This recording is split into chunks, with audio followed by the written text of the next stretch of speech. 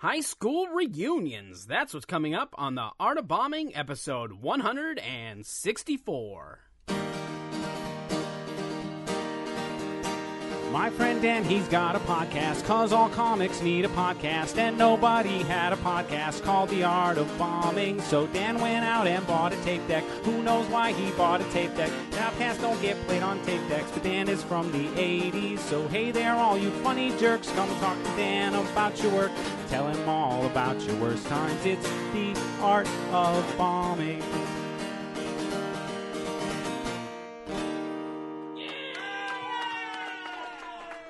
Welcome to a brand new episode of The Art of Bombing. Dan Bublitz Jr. here with you on Tuesday, October 20th, 2020. It is later in the day than we normally release this podcast. I do apologize. I've been traveling, which means you know that I'm recording this on the day that it was supposed to release because it should have already been out. But here we are.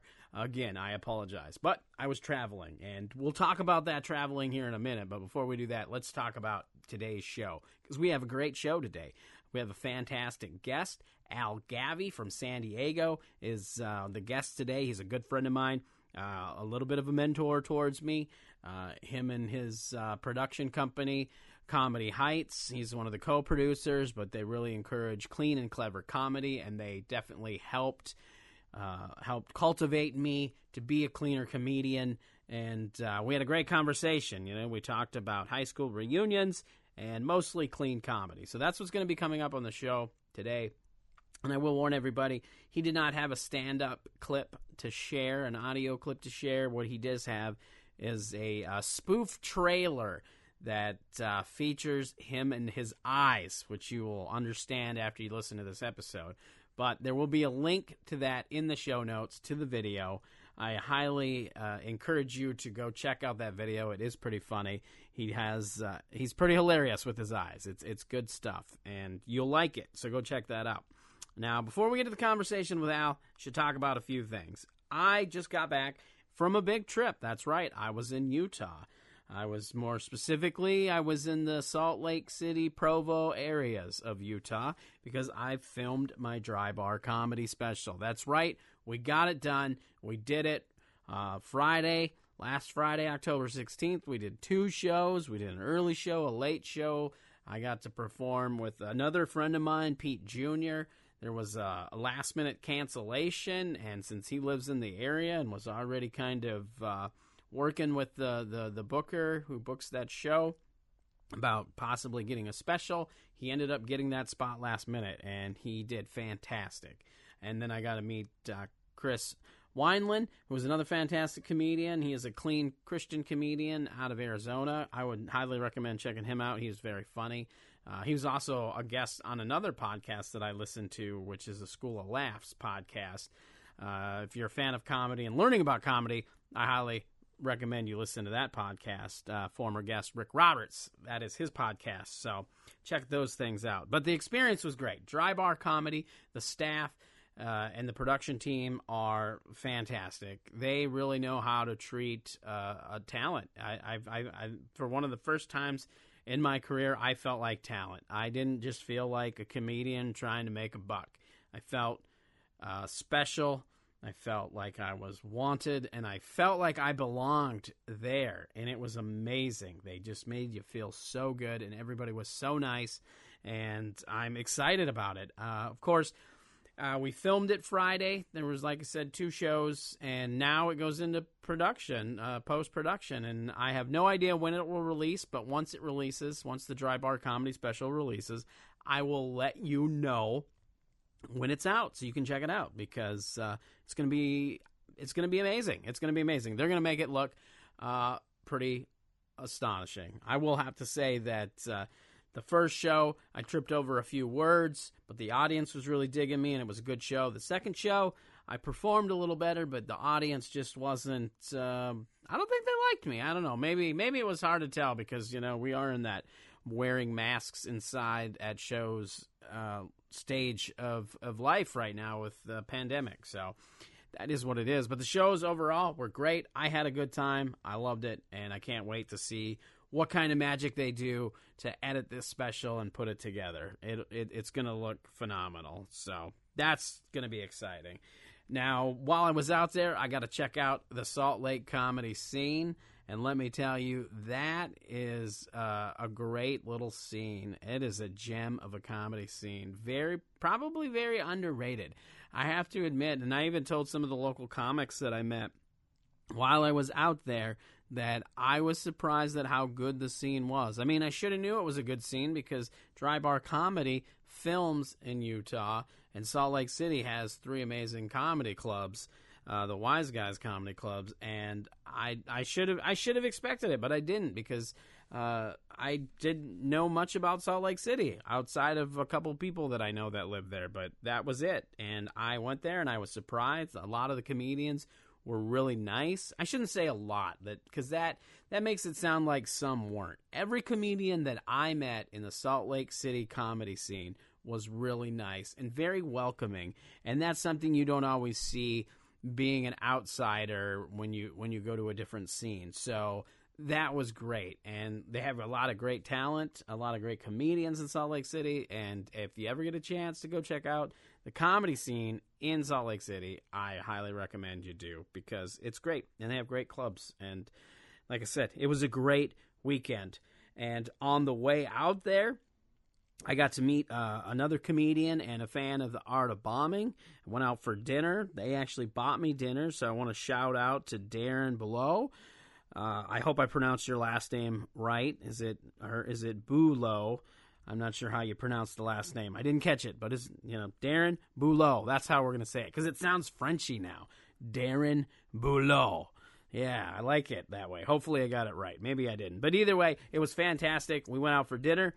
And we had a great conversation about comedy and comedy in this COVID world, and it was a great conversation. It was fun. We didn't record it because it was off the record. It was just 2 comics that had never meeting before, or 2 comics who haven't met prior meeting for the first time and having a little conversation, and it was good. Got to meet his wife, and it was a fantastic night in Casper, Wyoming. I wasn't there very long, obviously. I just, went and had dinner, and then I went to my hotel room and slept, and then I got on the road for Salt Lake City. But that was cool. So, again, shout out, Darren. It was a pleasure meeting you. Thanks for listening to the podcast and being a fan of the show. And keep killing it at comedy. He's got a great little thing going out there with doing some clean and corporate stuff. So, it's perfect that I'm giving him a shout-out on an episode where I talk a lot about clean comedy with my guest. Look at where we went with that. Now, before we get into that, do I got anything else that I got to talk about? I do have a couple things coming up for shows. If you're in the St. Paul, Minneapolis area in the Twin Cities, I do have a couple local shows coming up. November 5th, I will be in the first round of Minneapolis' Funniest Person contest at Sisyphus Brewing. You can get tickets on their website. I believe they're $5, and seating is limited, so you need to check that out. Then November 7th, I just got added to another show called the Punchline Punch-Out, I think is the name of it, or Punchline Knockout, something like that.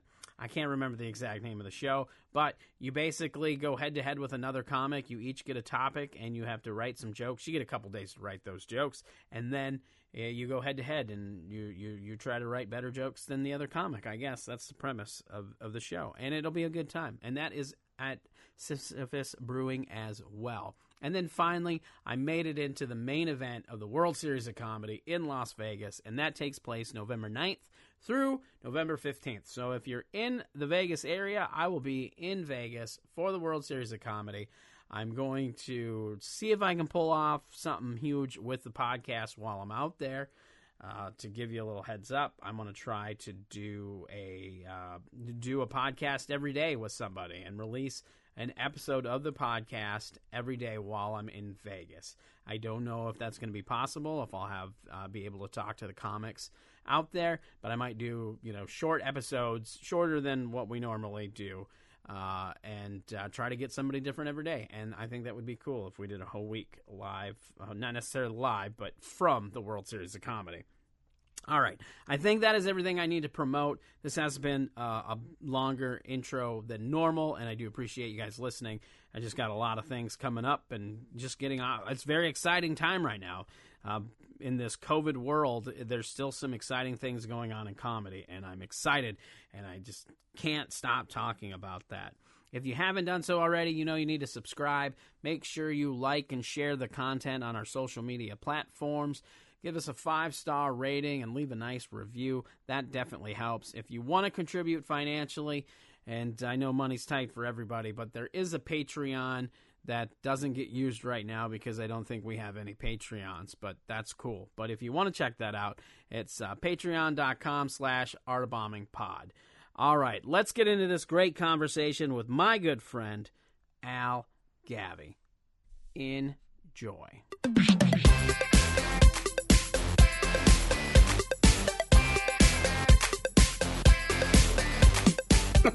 I love the way you can make your eyes pop like that when you're being very expressive. That's my defining feature in comedy. But you know what? That's the thing about it is, like, you find out these things as you go along. You know, everyone's laughing at me while I'm telling stories, and I'm just like, I'm the funniest guy ever. And they're like, your eyes get so big, it's like they're gonna fall out of your head. And I'm like, yeah, you look like. I was just gonna say you look like the villain from Who Framed Roger Rabbit. You know, Christopher Lloyd's character. You're like, when he's in. Well, you know what's funny? You know, one of my early, like, I think probably one of the things I liked most in comedy when I was a kid was, and believe it or not, I don't know why, Mel Brooks movies. I grew up on Mel Brooks. Oh, absolutely.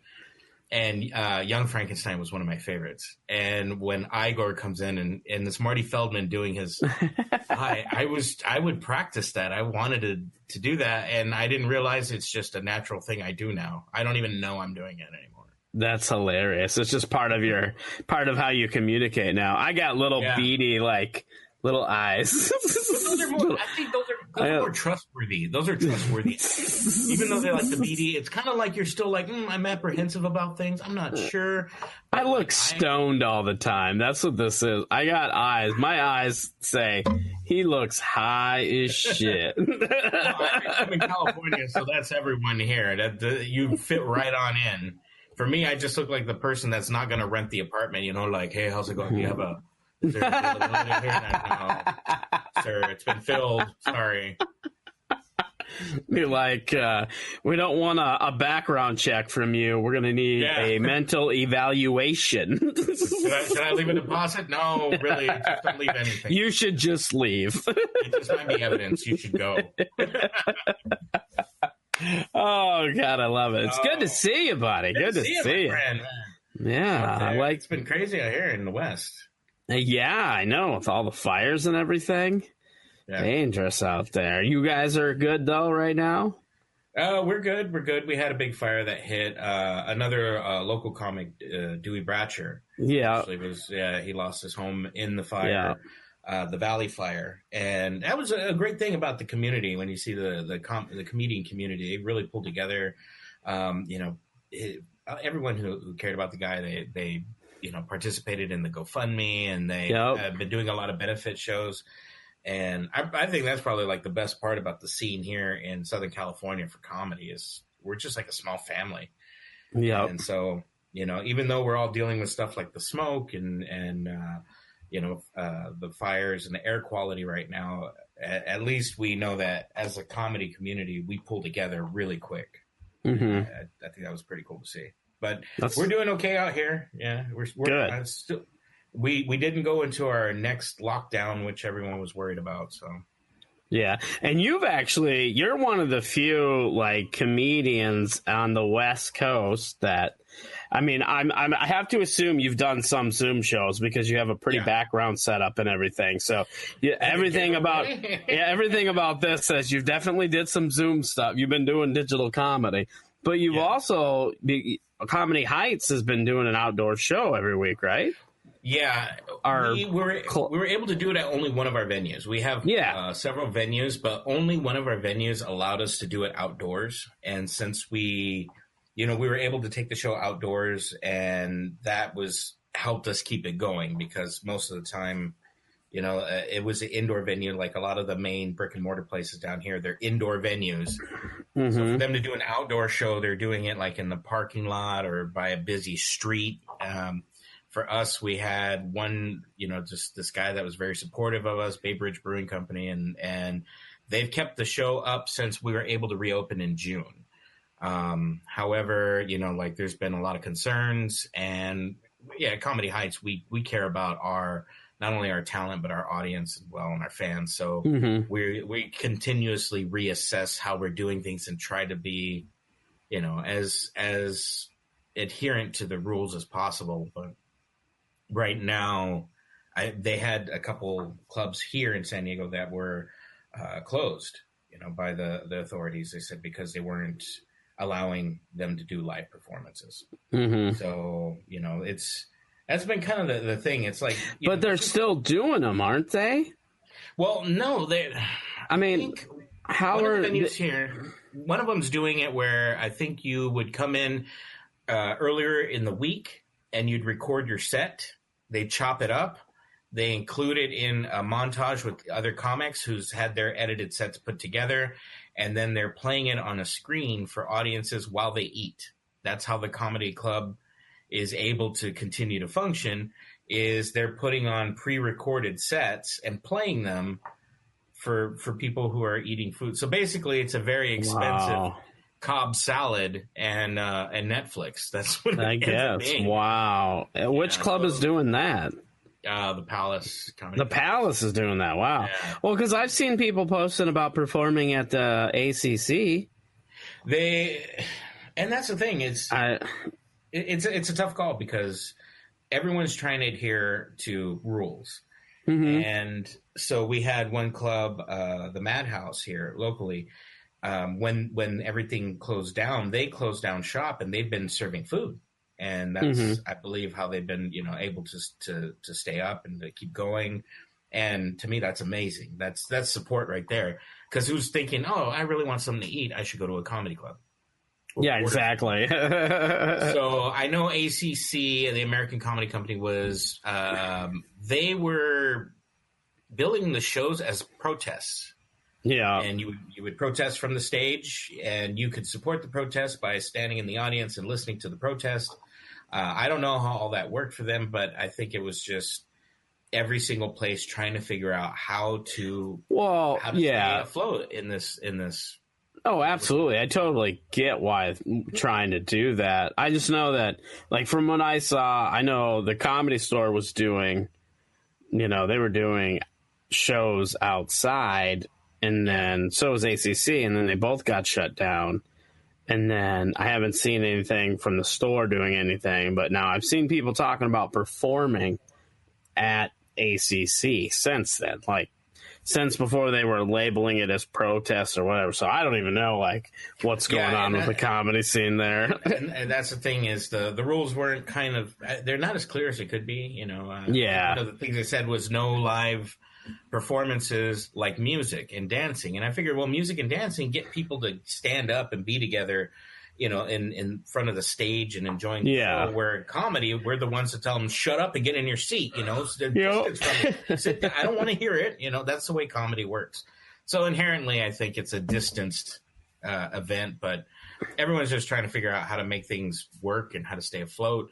And comics are, the comics that have been performing on our stage, most of them came back saying, wow, it's been a while. I think every headliner we had, commented it's been months since I've done anything because all the venues have been closed. So we've been getting some really top-notch performers and people I know who are just on top of their game, and they're coming in and they're worried because they feel unprepared or they haven't done this in so long. They feel a little rusty, but they're good comics. As soon as they're 3 words into it, boom, they take off. Comes back pretty quickly.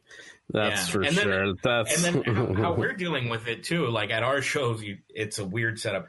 I have a microphone on its own that I've sanitized with wipes and alcohol, and then another microphone on the stage. And this is all outdoors, in the parking lot behind the venue, and that's where they're doing the seating and the performance.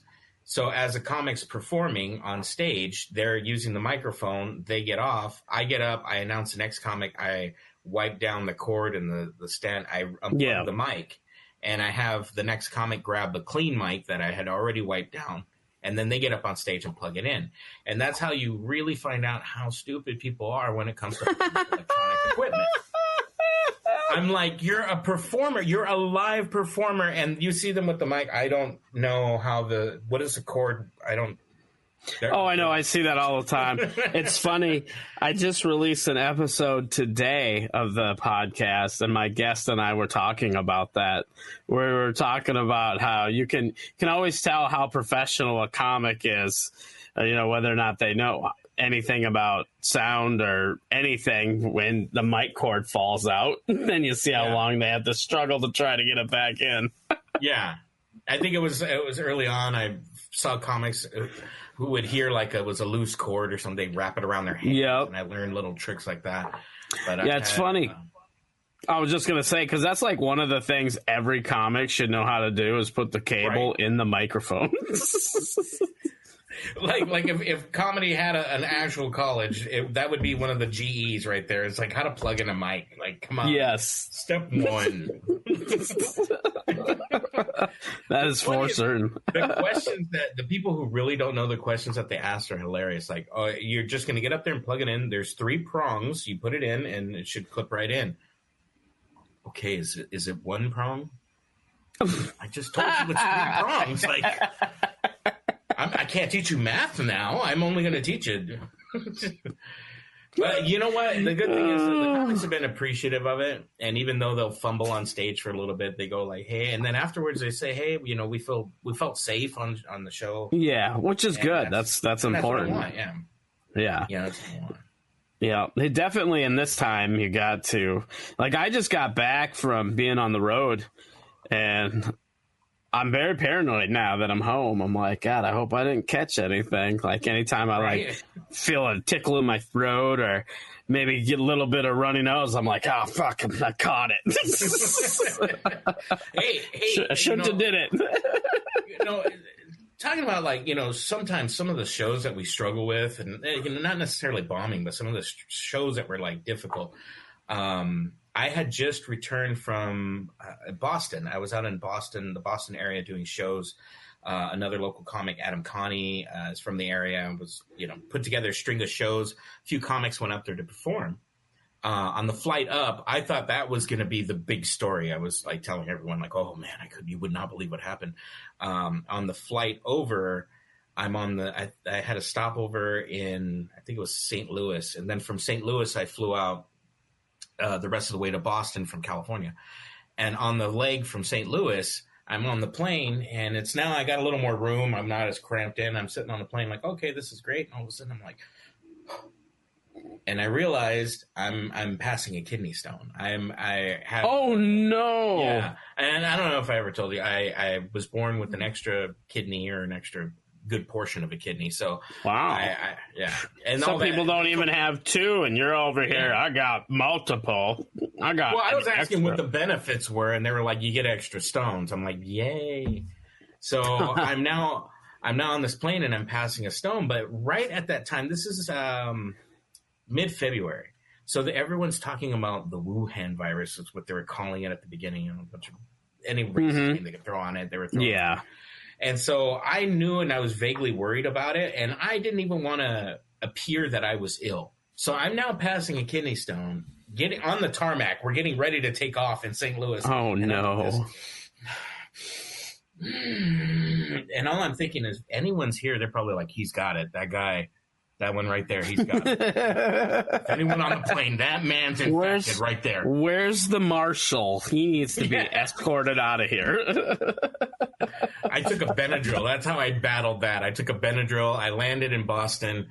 I remembered the only thing I was like, I need to get out of this airport. I'm in immense pain. I might have to go to the hospital. And then they're like, would you like to upgrade to a luxury vehicle? How about a Land Rover? And I'm all, that sounds great, because I think I might die, and at least I'll die. Let's do this. So as I'm in this thing, the stone passed. I'm like, and like suddenly, and I've passed enough kidney stones because of my kidney issues, that I knew it was over. So I thought that was going to be the big thing I was going to be worried about on the flight back, and I was going to be telling everyone. And what ended up happening was we were out in Boston for about a week doing shows. We did them in Boston, in Franklin, Dracut, Lowell. There was a couple other cities we hit up. And after the shows were done, two of the comics, they went up to Manhattan. They went up to New York to go do some shows. And I flew back. On the flight back from Boston, I got aboard, and the stopover, the layover was in Nashville. So the entire Vanderbilt women's lacrosse team is now boarding the plane with me. And I'm not thinking anything of it. You know, I go and sit down. There's an empty seat next to me and a guy, he looks like maybe an assistant coach. And I start thinking now in the COVID thinking now that you would think of it of there's a lot of people on this plane. There's a lot of youngsters. Where were they? Who were they? Oh, yeah. Yeah. And I started, that point is when I started becoming fearful. One of the girls came over, tall drink of water, and she's comes up and she says, "Hey, can I sit in that seat?" I'm like, "Sure." You know, she sits down. She starts talking to this assistant coach. I try to make small talk, but they're looking at me like, "You peon, you don't go to a private school." So I'm sitting there. I went to a public university. I'm sorry, I shouldn't have said anything. But as the plane's taking off and things kind of quiet down, I start hearing it. Oh my God. This girl is dead sick. I mean, she's puffy-eyed, red cheeks, and she's talking away to this guy, laughing. She sneezed and missed a hand. I was so traumatized. Oh no. I walked out. Once I got to Nashville, first of all, I was like, Vanderbilt, I would never go to your school if this is the way you teach people. You know, and you're not even teaching them to be hygienic. I was I went to the store and bought hand sanitizer at the little market. I was like taking one of the airport showers where you're just like, I'm covered in Purell. I'm ready to go. I can perform now. So on the way back and for like a week after that, I was really sweating it out of, did I get something? Was I exposed? Then reports started coming out. One of the big epicenters of the outbreak was Boston. Oh. And I got back at the end of February is when I flew back. So it was probably like March 1st. And by March 15th, everything started shutting down. So 2 weeks later, that shut down. And all I kept thinking about was that Vanderbilt girl. Damn you. The outbreak monkey got me. Oh, man. But after that, our show, after that, our show went on a hiatus. And it just became starting to think about exposure, how many people are exposed, and absolutely. To that, yeah. Oh yeah, well, yeah, we have to now. This is like, it's weird doing comedy now in this because there's like some areas that don't care about it. Like the only reason I'm doing shows is because I've got the dry bar taping coming up, and so I'm like, well, I have to get ready for this. I got to. And so I have to go where comedy is being done, and the two places where I went this last weekend, neither one of those states has done shit about the pandemic. To them, it's like, whatever, the bars haven't really closed down. And I admit, I went out a couple nights with my friends and stuff to some of these bars, and it was insane because there's people the bars are packed. Nobody's wearing masks or, I'm just like, I'm wearing a mask and I'm trying to avoid people. In fact, when we did go to a bar, I was out in the patio in the smoking area, even though I don't smoke. I was like, well, I ain't being inside. Come if I'm going to come hang out with you guys. I'm out here. Yeah. And that's been the tough part. You performed a lot at our show at the Twigs location. No, absolutely. It's like my favorite. One of my all-time favorite venues. A lot of local comics love that because of the fact that it's a very small room where there's a good amount of people crammed in there. There's nothing else to do there other than watch this show, and they packed it in just to watch the show. So the comics went in there, and suddenly they were in Def Jam. They were like, man, this is it. They had the audience there breathing on them, that you could feel that energy. And but we even before all this started, we were like, there's too many people in here. We need to make sure it's not only safe, but that people aren't clamored up to one another, especially around like the winter season. We don't want people. Oh yeah, for sure. Normally, but since all this happened, we've been unable to open that venue just because of the how closely knit things are. I mean, people are on top of it. There's an orgy going on. We don't even know. That's how tightly packed people are going. So that's why our only show that was able to continue was the outdoor Bay Bridge show. But there's just, I don't know. I think it depends on what city you're in. Here, it really does. Southern California, we have people who are taking it seriously, but at the same time, they're trying to balance out like, hey, how do you stay in business? How do you? Oh, absolutely. Yeah. I mean, and you have to think about that. I mean, there's already, a lot of businesses that have went under. And in fact, there's, a couple comedy clubs that have went under. In fact, a really big comedy club went under, during this, that Cap City, which was a really popular comedy club in Austin. I guess, they ended up deciding not to reopen. Yeah, I mean, it's tough. We have four big brick and mortar clubs here in San Diego. Only one of them had not even reopened, even with when they started allowing them to reopen, they didn't have indoors. Everyone tried to figure out a way to do outdoors. Not even just clubs, anything. Restaurants here in California. Mm-hmm. If you go down, I think it's Fifth Avenue in downtown, they've pretty much blocked off most of the street, and they allowed the restaurants to set up tables outside. I've seen that a lot, actually, in different towns where they did do that. They closed the streets and made it so everybody had all these restaurants and bars basically had patios. Yeah. Yeah, even in the street where our Twigs location's at, Park Boulevard here in San Diego, there's a strip of nightclubs not too far from us. Mm-hmm. Now they've taken the parking area that would have been in front of these places, which were loading zones and, passenger drop-off only. They've now built that up as an outdoor patio. It's like wood floors, wood sides. And wow. And that way. Yeah, everyone's trying to figure out a way to do it, although some of them have done the wrong way, which is they said, oh, we'll take over parking spots, we'll take over all these blue spots. And so a lot of the disabled parking suffered in this move. And my girl has that's not good. And so that's something I always pay attention to. But I think everyone's just trying to figure out how it goes. And even the comics, like even in their jokes, I don't know how many. We have a couple new comics. We have a lot of veteran comics that want to get up any time. So, they're excited to be on the show. But we've still had a few newer comics. Hey, we'll give you a chance and give you some time. And I'll tell you, kids, the coronavirus jokes don't work. They don't work so well. I think everyone's just tired of hearing it. And that's all. Yeah, exactly. Nobody wants. It's not funny to anybody. I mean, we've been spending the last 6 months just surrounded by impeding doom, that's, it's like nobody wants to hear about it. They want to forget about it. That's why they're at a show. This is brought to attention too. The lifestyle of the at-home loafer and unemployed. Boy, that really paid off because everyone's like, "What am I going to do? I'm going to be at home." These people are like, "Yeah, I've been doing that for years. I got it." So this is going to be fine. Everyone's talking about gaining their weight. I gained so much weight at home. I was like, "Hey, I was already prepared. I had it all on already." I was ahead of the game. Yeah, most people were like, "You lost weight." I'm like, "Yeah, well, Jack in the Box is a little farther away than I wanted, so." It's not as easy to get to now. Can't get my California burrito. It's just a struggle.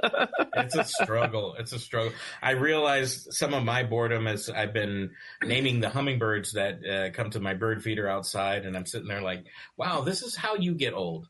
Like, I was just going to say, that's not boredom. That's called getting old. But it's weird to watch it happen. There's one thing to say, I feel old today. It's another thing to be like, wow, I just got older. Like, an hour ago I was younger, but now I said some bullshit, and now I'm older. That's the way Yeah, yeah. Birds, that's 10 more years. I just added to my age. Oh, that's hilarious. I was thinking, I wanted to tell you, so you were talking about how you took a Benadryl to pretty much take care of your flight, right? The other day, I accidentally took 2 Benadryl in the morning. I meant to take a daytime allergy medicine, and that's what I thought I took. And I couldn't figure out, like, all day I was just dragging ass. And at one point I had to lay down, and I took like a 15-20 minute nap or whatever. And I was like, I've only nap. Oh wow. Yeah, exactly. But took a blitz nap. I was like, I've only been up for a couple hours. Why am I this tired? And then like the whole day I was just so drowsy. And my fiance, Tara, at one point, she was like, is there something wrong? Should I be worried? Like, she was like, are you okay? Are you depressed? Or is there problems with us? And I'm like, no, I'm just really, really tired. By that time, you have red lipstick smeared on your face. And then, I'm fine. Yeah, right. And then I just kind of, because then after she pointed that out, that I seemed different and distant, I was like, well, I'm tired. Why am I tired? So I really started thinking hard about it. And I was like, well, I took an allergy pill this morning. I took a couple allergy pills this morning. I took those pink ones because they don't last as long. And she was like, what? You took 2 of those? Those are the Benadryl. Those are the drowsy ones. I was like, whoa, I thought they were non-drowsy. Oh, no. I'm a man I suffer from insomnia. I have really bad insomnia. And everyone's tried different remedies. Chew on this root, take this oil, and nothing ever works. And I know my body. I will sleep eventually. But, in the meantime, before I'm getting to sleep, comedy. So, but when I do say I need to get some sleep, I take a Unisom. And if you actually read the ingredients on pills and stuff, a Unisom is actually just 2 Benadryl. That's all it is. Okay. Yep. Same thing. So you took the equivalent of a sleeping pill that knocks a fat man out instantly. I take one of those and I am out. I don't even... Like, I have to have my teeth brushed. I can't risk it. I might wake up with just toothpaste smeared on my face. So, if you're taking one of that at the beginning of the day, boy, you are... Yeah, let me tell you. And it was a struggle. I mean, I pretty much stayed up the whole day, but it was a struggle. And let me tell you, I went to sleep, and I was out that night. When I went to bed that night, I rested good. That's for sure. One thing I do that helps with sleeping, because I have trouble sleeping sometimes, too, is I've been taking... CBD gummies that have actually helped, but definitely help with that. Like I said, to each their own on how you. Oh yeah, absolutely. Well, I tried the heavy stuff. I tried the Ambien, and I woke up. I'm not a person who sleepwalks, but I had a roommate at the time, and he's like, "Dude, you were sleepwalking. You're in the backyard for some reason." I'm like, "Well, at least I did any gardening or something useful." If you're going to be sleepwalking, might as well get some shit done. But exactly, I just hated that feeling, and then that coma drag afterwards. I couldn't sleep. Mm-hmm. Oh yeah, yep. When you feel you're still drowsy and just can't really get motivated to do anything. It's like medicine head almost. Well, yeah, but I was telling you I was taking almost like anesthesia. Yeah, I took some Benadryl on a flight. I'm passing a stone. I took 2 Benadryl. I was in and out of as I'm dealing with tremendous pain. And you're like, yeah, I popped them with my Flintstone vitamins and started the morning. And that's exactly what not the Flintstone vitamins, but I literally took them with my morning vitamin and my other meds. Yeah, it was not my brightest moment. It's a good thing I didn't have to go do anything. Yeah. I was just doing homework. And still, I got some of the best grades I ever did. That's right. I'm like, I don't remember doing it. Next thing I sat down to do homework. Next thing I know, I woke up on the floor. But hey, things were done. Hey. We got it accomplished. Man, that's hilarious. Oh, well, that's good that you guys are kind of getting slowly open back up. At least you had the one venue, and that you get to go perform outside. I wish there was more outdoor comedy where I was. There's been a little bit, but not nearly as much as there could be. That's for sure.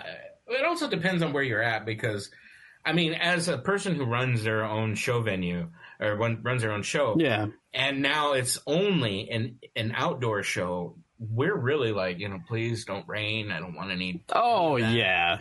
And but I live in California, so most people, you hear cheers when it's raining. You're like, yeah, it's happening, everyone. It's like a meteor shower. Yeah, until you have to drive somewhere. Yeah, so we're lucky in the sense that doesn't happen more often, and it's always a pretty decent temperature. And I think throughout the summer, we actually didn't even get much rain at all. So, it's unfortunate for our plants, but it was fortunate for everyone who was trying to figure out how to function outdoors. Mm-hmm. Yeah, for sure. So now on to the art of bombing. I like to have my guests talk about a time where they felt like they bombed.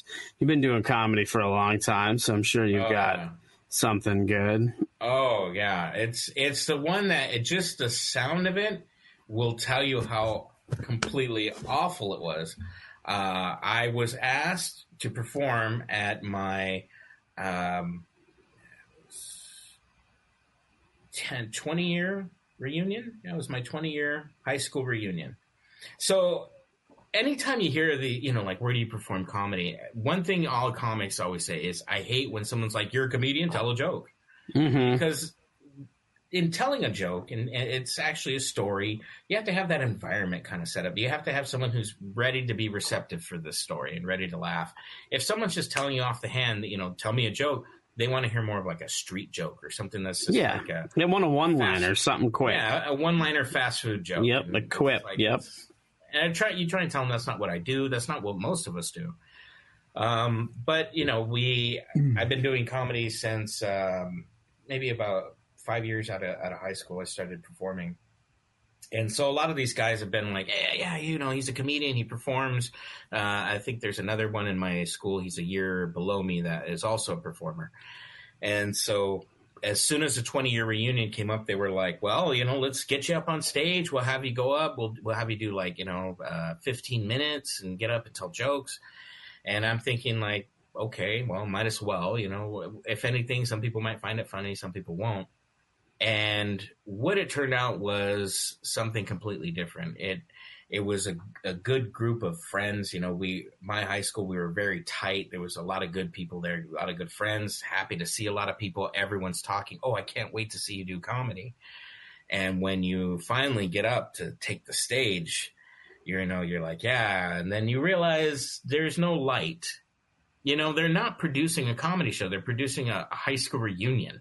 Mm-hmm. So there's no light. So people just hear this whiny voice come out of nowhere.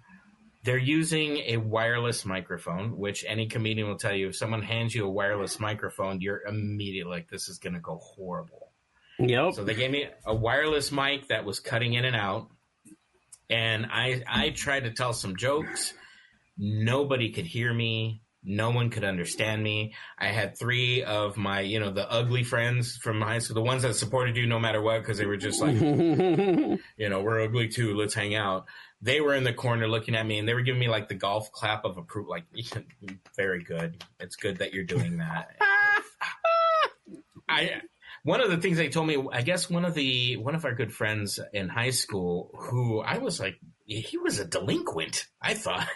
He ended up becoming a police officer in Arizona. I don't know if he was running for sheriff or something like that. It was insane. And they said, oh, you should do a joke about him, being a cop or do some jokes about drugs or something like that. And so I was like, okay.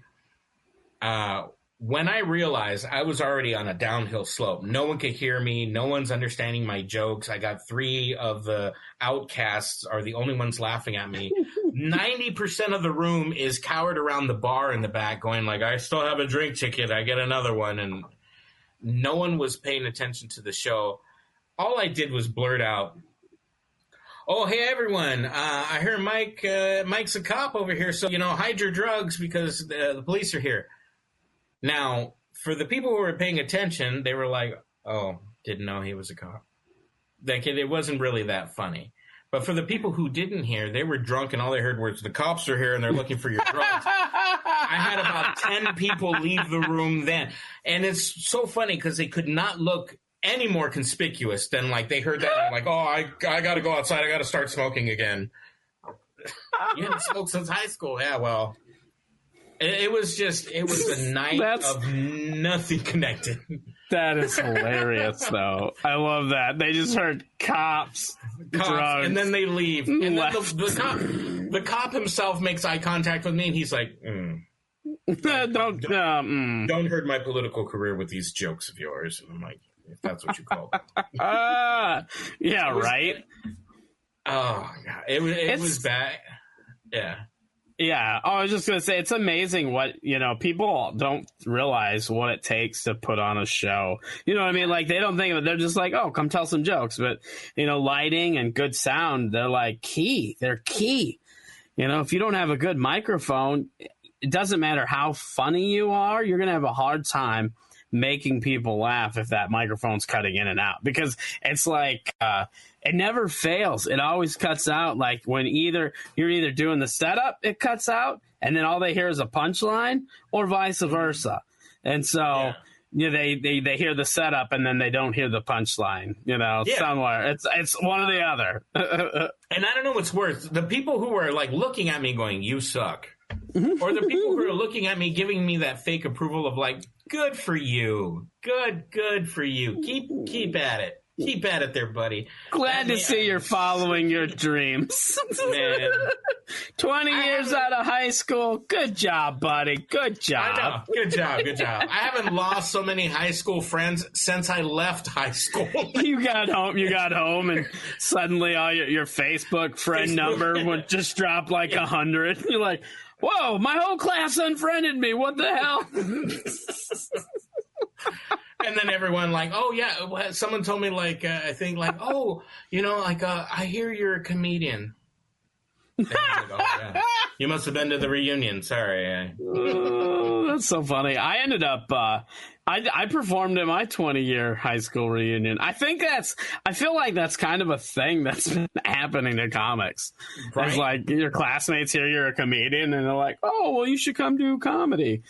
And, yeah, but it wasn't for me. It was, it wasn't the best set I ever had, but also wasn't the worst, because it was a smaller class and the whole room was lit up. There wasn't like, I was on a little stage, but there was no light. The whole room was lit up. So, I mean, there wasn't stage lighting, but it wasn't also dark. You know what I mean? So. Well, and I got a secret weapon, I guess you might say, which is my girl Karen. She was a big fan of mine before we got together, and so she now all these years later still goes to my shows. But one of the things is she's just honest with me. She will not stop being honest with me, and which is great because most of the time she's like, "No, you were funny, you were great," and I'm like, "Yeah, you're just fluffing me up." But after that performance on that reunion, I was like, "Oh man, that was horrible," and she goes, "Yeah, it was, but everyone's so drunk they just don't give a shit." And then she's knocking back the wine because I don't drink, so I've given her all my drink tickets. And I'm like, all right. All right, okay, you got one there. Because another time I did a show, I did a private show. And I think that's a harder place to bomb at. If you're in a club and you bomb, I think a lot of people will watch you and you feel like, oh, but at the same time, you're like, well, at least, the comic before me did worse, or the comic after me brought the show back. Yeah. There's hear laughter again, You don't have to carry the whole show. Yeah, but when you lose a private show, you just lose everyone. I did one show for the California Physicians Group or something like that. And again, I took my girl Karen out there. It's at this snooty restaurant they're having, and then they were like, "Oh yes, we have comedy coming out," and it's all these doctors. I start, they sat me down and fed me food, which I was like, I don't usually eat before shows, but again, my girl's there, so she's all nicely dressed, she's eating and having drinks, and I started performing, but when you're doing a more of a corporate show like that, you really have to watch what you say. So even though I'm a cleaner comic, I don't usually use the F word. I don't say really anything too edgy. I still say some things that would be not appropriate for like a very clean room.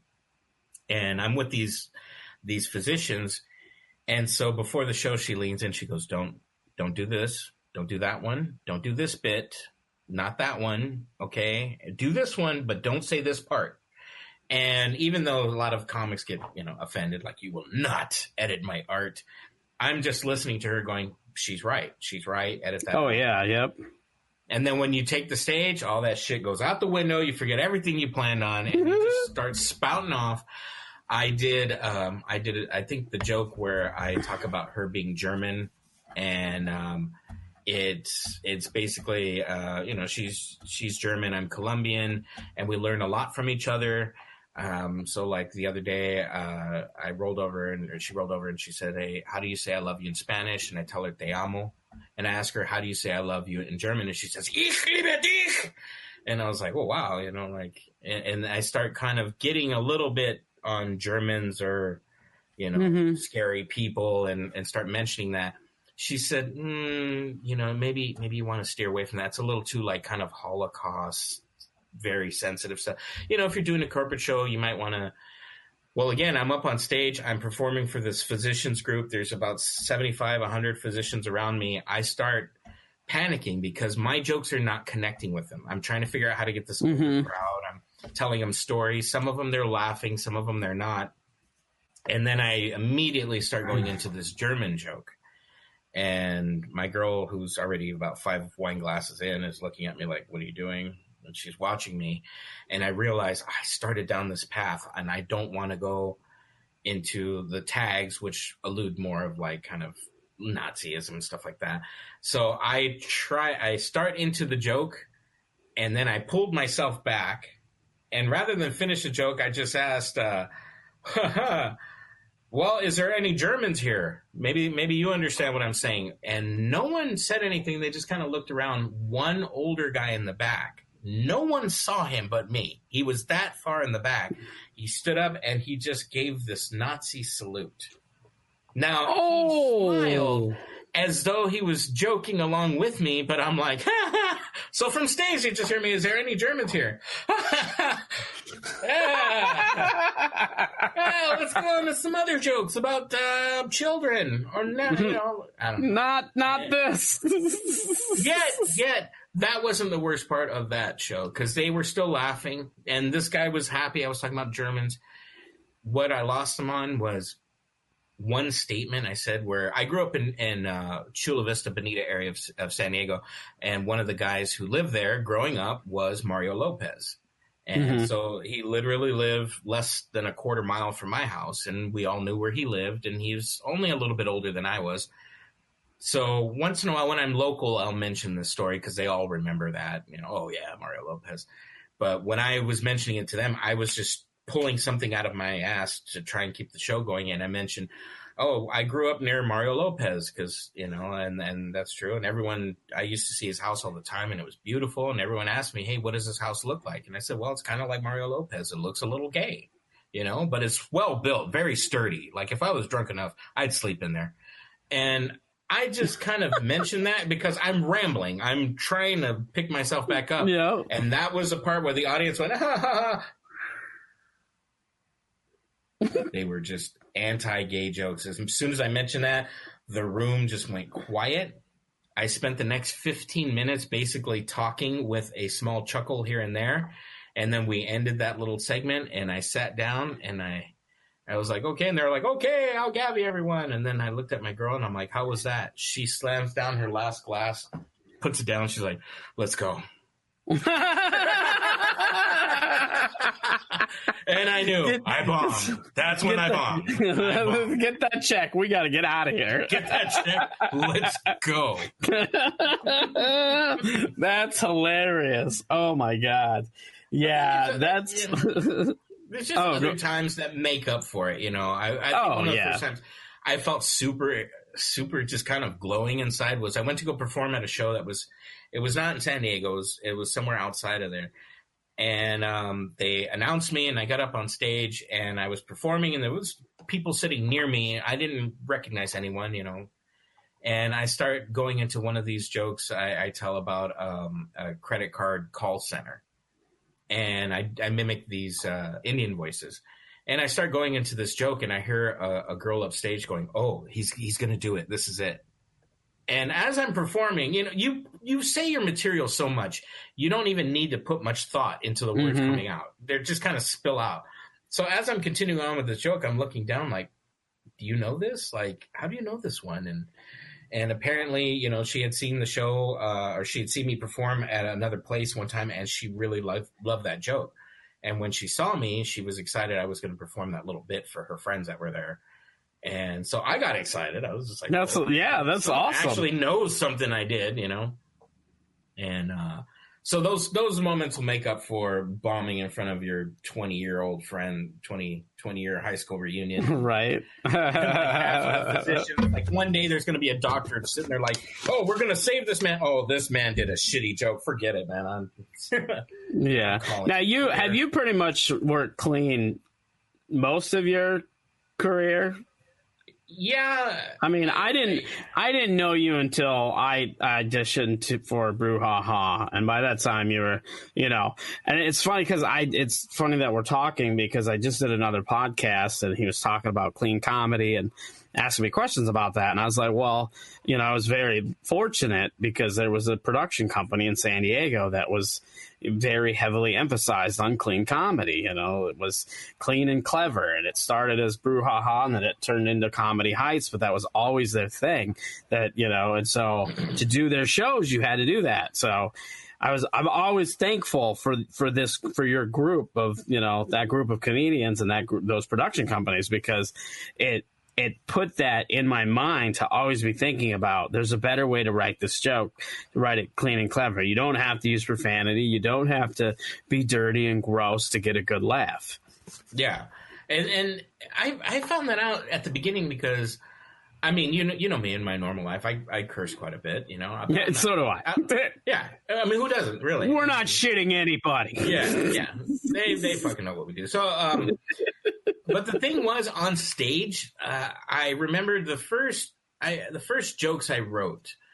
I was really reaching for some topics, and I found some funny little bits, and I started to flesh them out, but they just weren't that funny. So I remember being on stage, and I just started talking, and I felt more comfortable with the material, and I got them laughing. And then I felt more comfortable, and I started speaking the way I would kind of normally speak, and I lost the audience. And I realized I was cursing way more than I thought I was in just my normal life.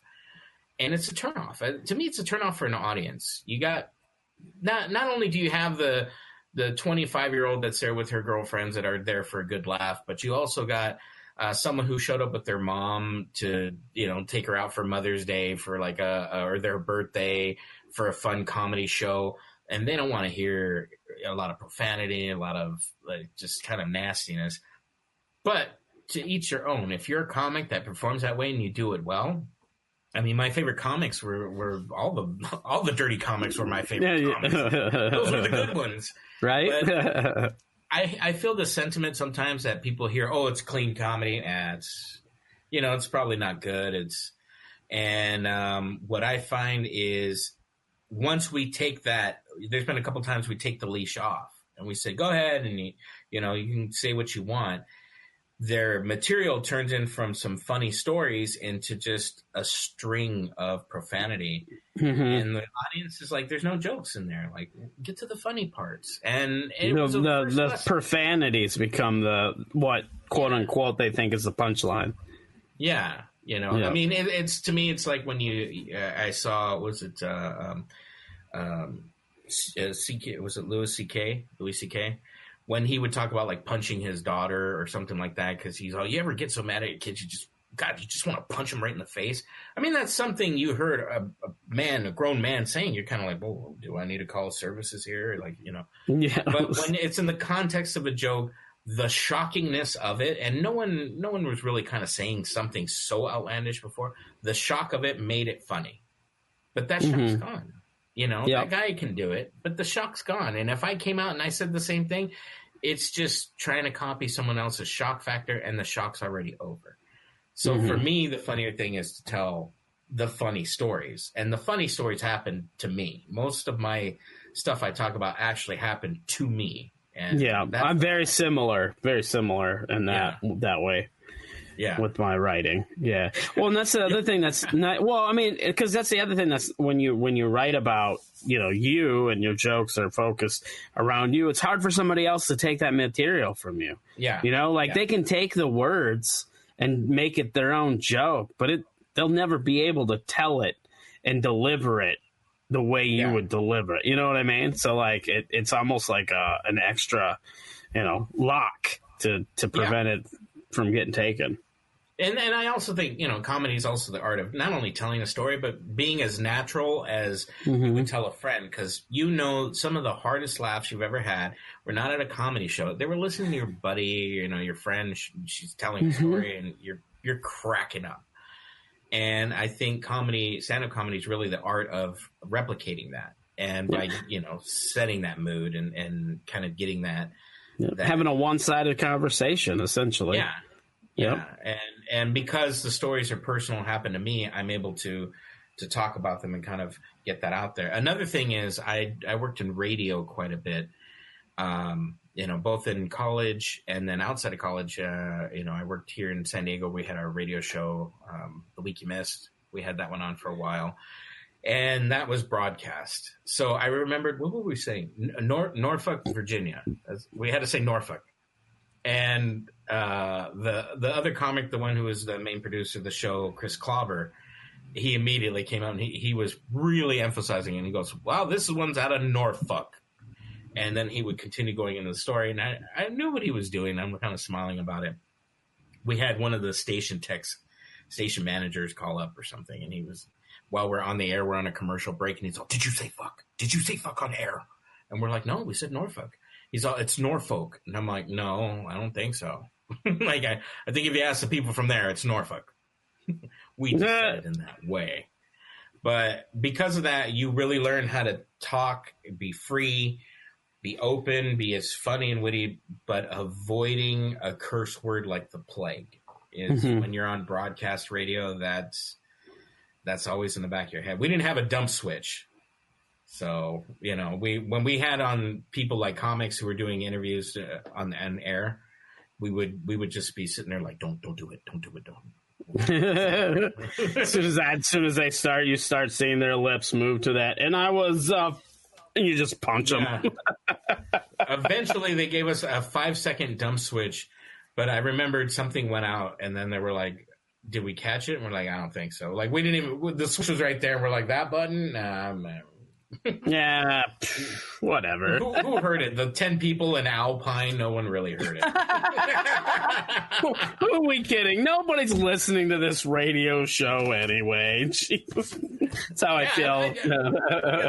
Our show moved to it was more of a public radio station, and I left the show after a while. It was kind of a heavy time commitment, but we were on this station that was all about, like, you know, social justice and action. And so I'm like, what are we doing here? We make fun of news. Why are we jokes? Why are we here with this social movement? But they really liked what we had to say. And we were something that they could put on air for entertainment value and not worry about it.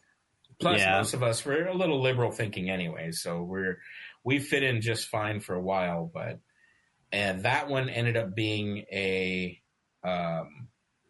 was a recorded show. So I was able to record it ahead of time, which once that hook was taken off, that's when you heard the words fly. Oh, I'm sure. Cause then you could beep them out and add it. Do all the most of them was like, hey, and we'll return to the show right after this. Shit, the button. Shit, it didn't work. What happened? I don't rewind it. Okay, forget it. Everyone shut up. All right. And I'm sitting there editing this up later going, should I leave that in? Maybe I should leave that. That's a nice little blooper. That's funny because I did another interview the other day with a guy who did radio for a long time, and he also does improv and stuff, but we were talking about most of the stories he was talking about bombing had to do with radio, and it had to do with back in the day when they did reel to reel. What would happen is the reel never shut off.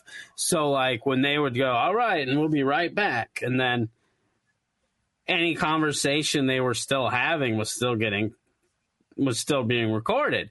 But then, because these were taped, it was if they were doing a sports game or whatever. But then if they would, once they, it was done before it would go on air, they would cut it. But sometimes the editor would miss that. And so it would go into, all right, and we'll be right back after a word from our sponsor. And then you'd hear them having a conversation, whatever it might be, Or Deborah's got a really fat ass. Wait. Yeah, or something. Yeah, exactly. Something like that would happen.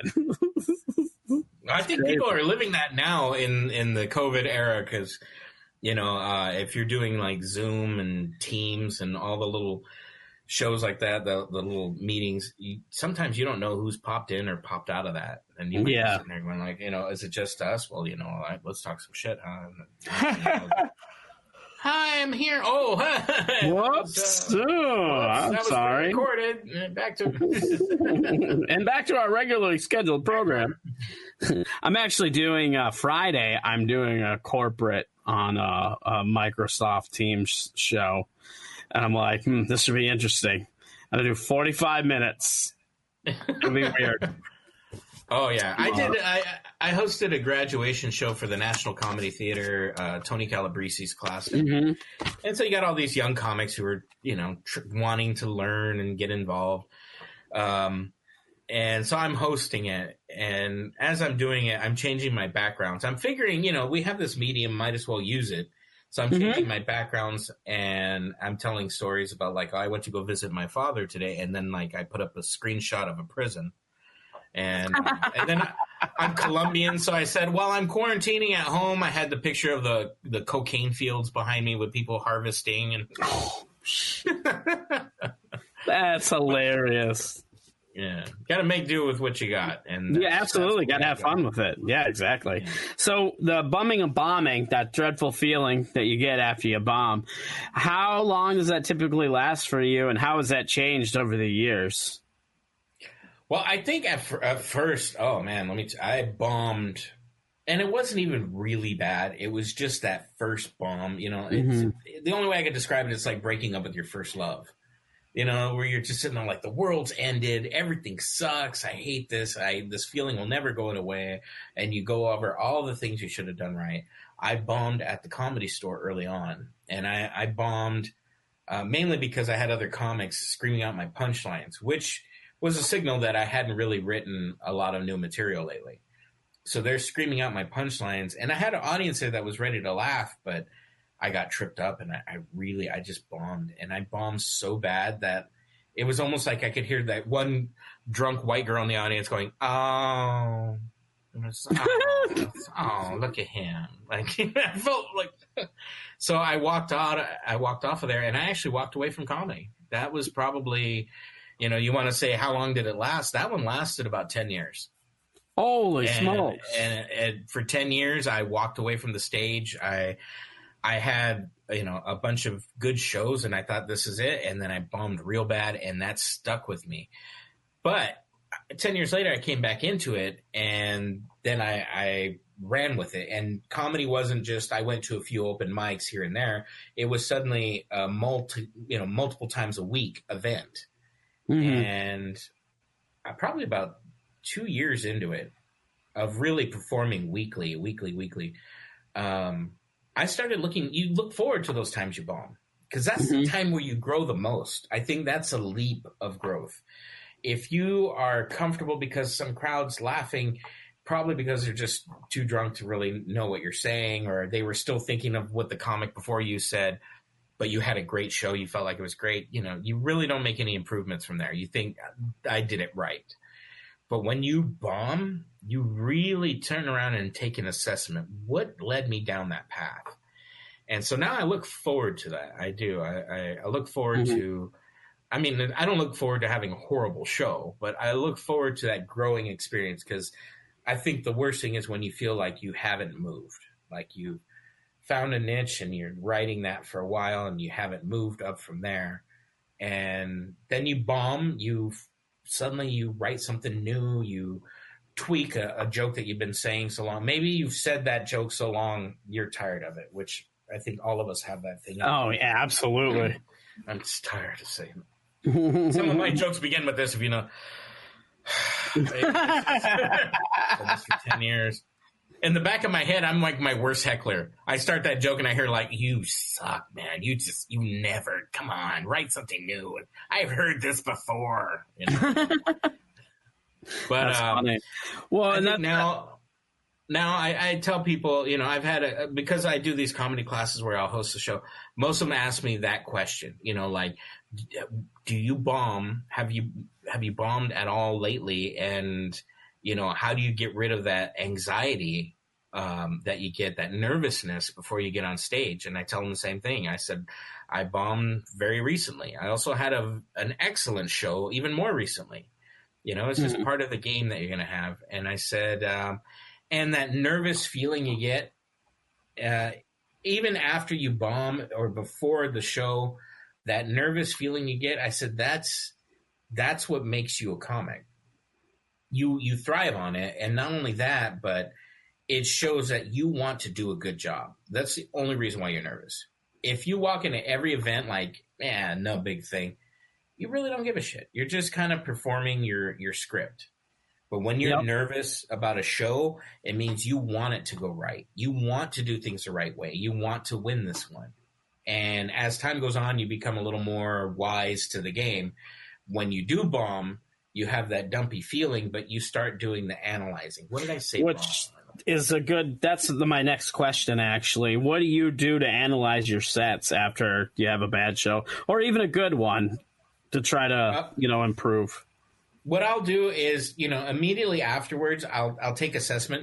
There'll be people after the show, especially when you run your own show, that'll be like, I liked when you said that. Oh, this part was funny. When you said that, that was hilarious. And I try and take stock of, okay, those were the bits that worked. But around this right here, I started to lose the audience. What did I say? What did I do? What was the topic I hit?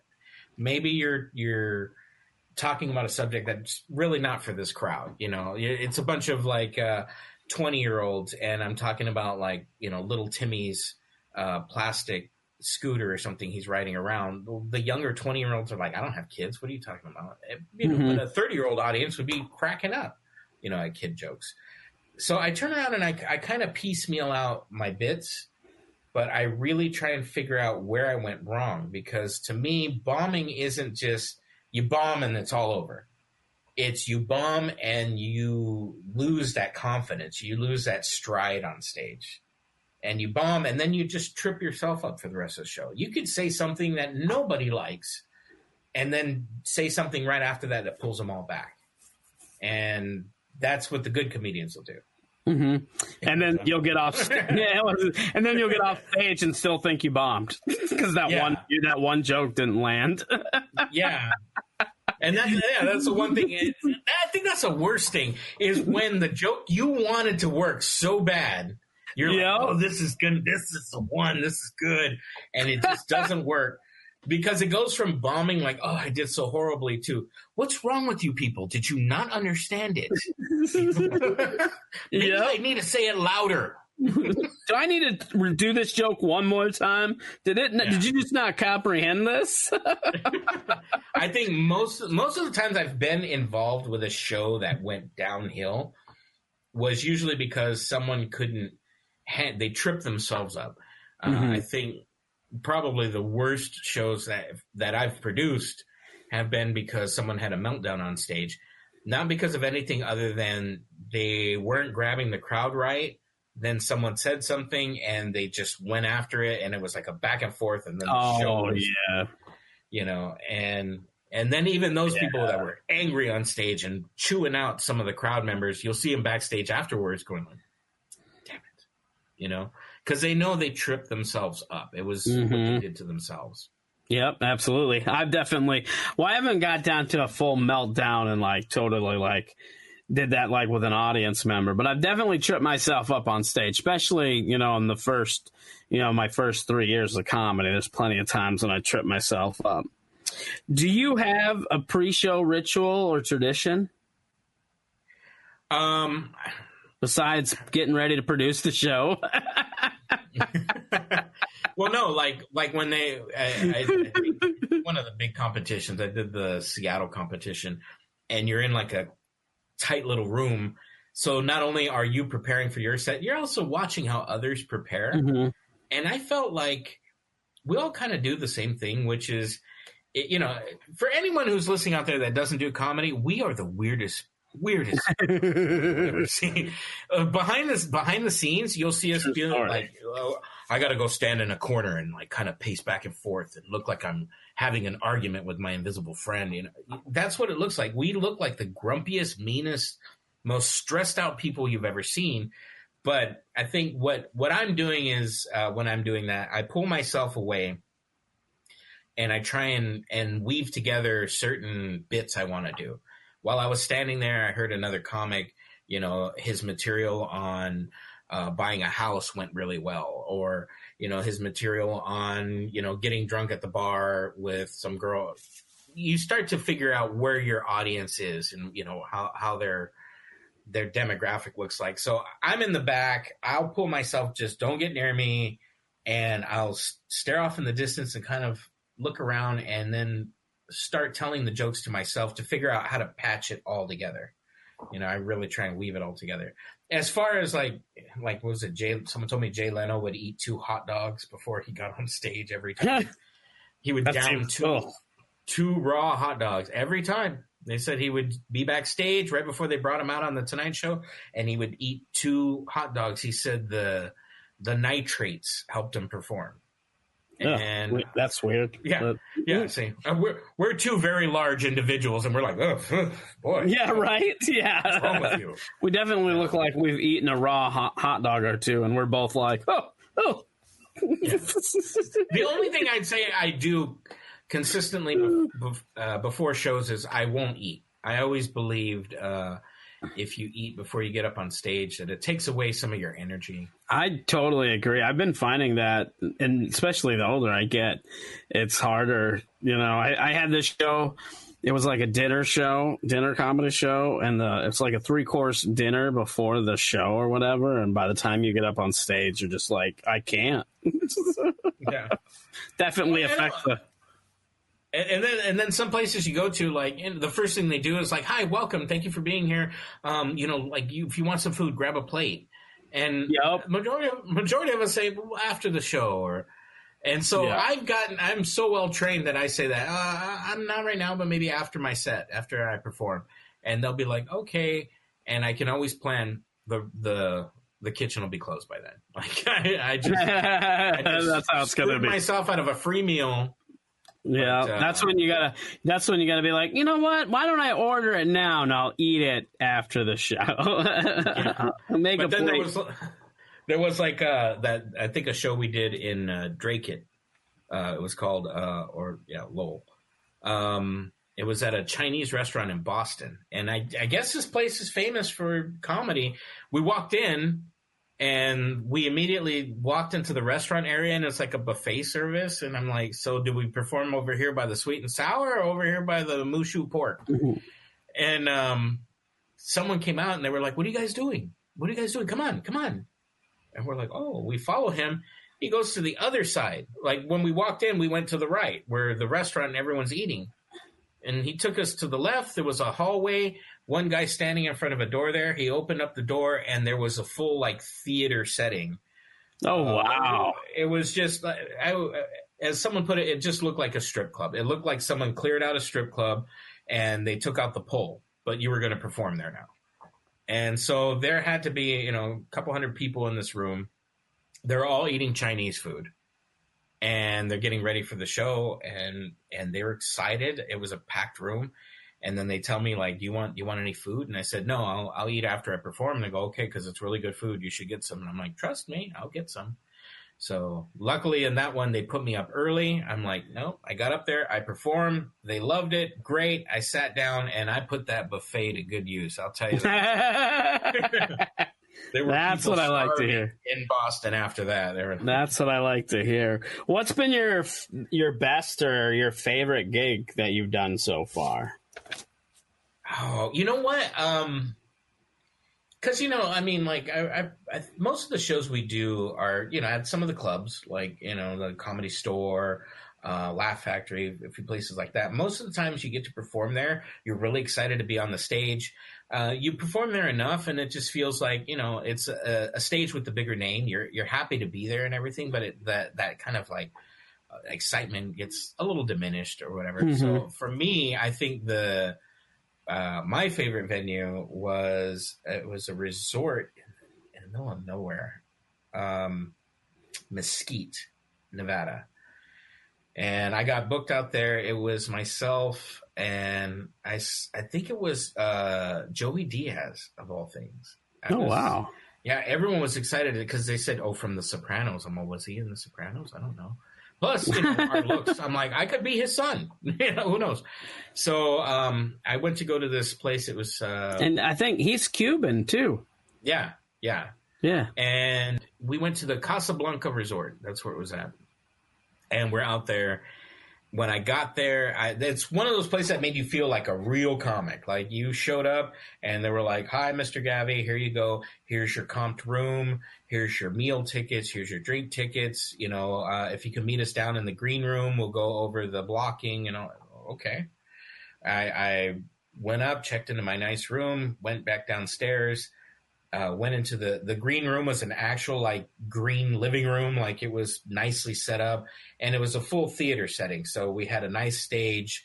You would enter in from the side, and a crowd of about maybe 300 or 400 people.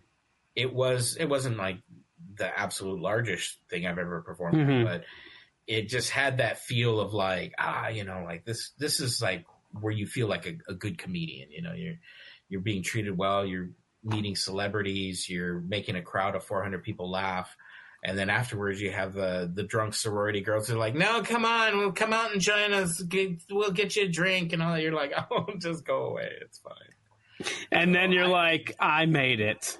This is what it's like to be made in the mafia. But then again, I'm in my 40s, so I'm actually calling up my girl like, hon, I feel like I made it. No, it's 8 o'clock. I want to go to bed now, but... But still, that's not the point. That was probably one of my favorite venues, I think. That's awesome. With Dustin Nickerson there. And I actually got called back to do another show in March. I think it was March 20th.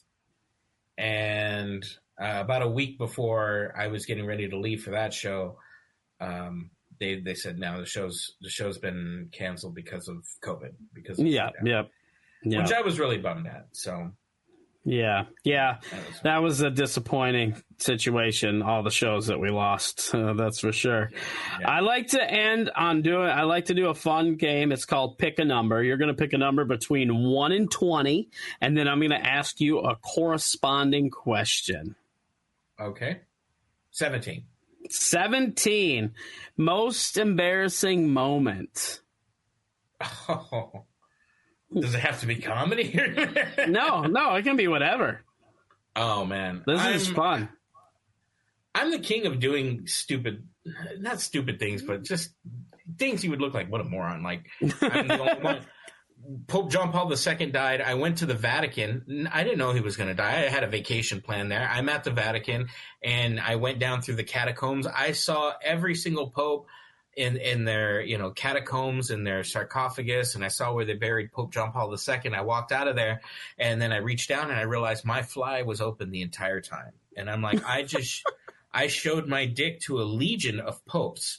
And I'm the one that constantly does that. But I would think probably the most embarrassing one, I was younger. I had to be like probably 15 or 16 or something. My dad decided, you know, it was one of those like, son, we'll get you some toys like a motorcycle or something like that. My mom didn't want a motorcycle. He got me a jet ski. But me being a little fat ass, he didn't give me like a Ski-Doo or one of those little Sea-Doo, whatever. He got me the jet skis like you would stand up and lift that thing up. Oh, geez.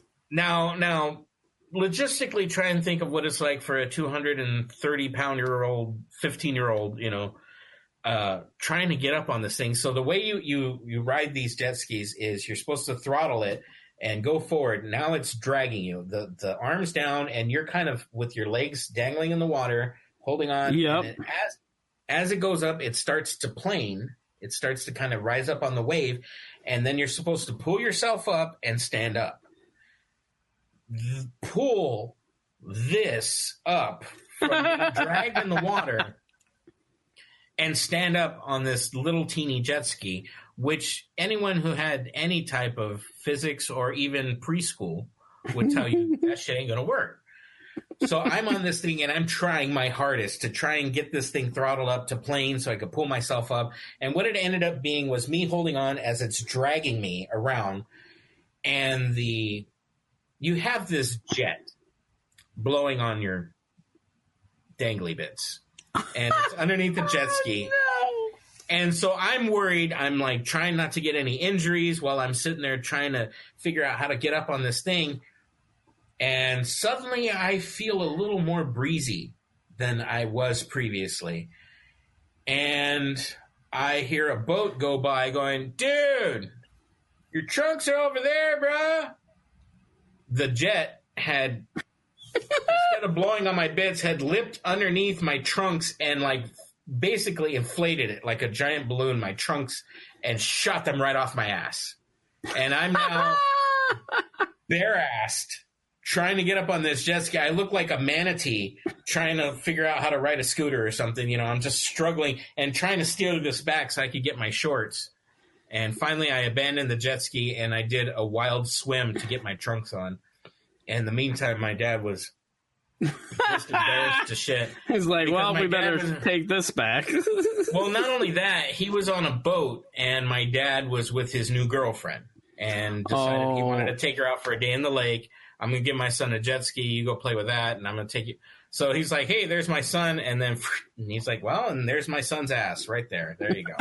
He needs a 10. Obviously he needs a 10. Welcome to the family. Not one for exposure. I might look like an exhibitionist. I'm not. Very good. That was great. What a great story. This has been fun. Where can people find you on the social medias? They can find me at al.gavi on Instagram, or you can find me algavi on Facebook. I think I probably have a Snapchat somewhere and Twitter, but I would just say at Mr. Algavi for Twitter. You can find me on social media. You can also go to our website for our comedy company, Comedy Heights. No, wait. Yep. There you go. Comedy Heights. Yeah. Comedy Heights. Yeah. You need to get one of these shirts. You need to come perform with us so you can get one of these shirts. Right? I do need to come perform with you guys. That's a true story. Book me. Yeah. But also, I'm going to need a flight. That too. All right. I'll pick you up on my jet ski. How's that? Hey, that sounds like a good time. Yeah. All right. Thanks, Al. All right, man. The Art of Bombing is a Blitz Entertainment production. Hosted and produced by Dan Bublitz Jr., The Art of Bombing intro music was written and performed by John Holt. All other music used in this podcast was under the Creative Commons license. If you would like to help The Art of Bombing, you can do so by subscribing, rating, and reviewing our show on whatever podcast application you use to listen to The Art of Bombing. For previous episodes, blogs, and more, visit artofbombingpod.com. Have a great week, and remember, stay safe so you can live to love.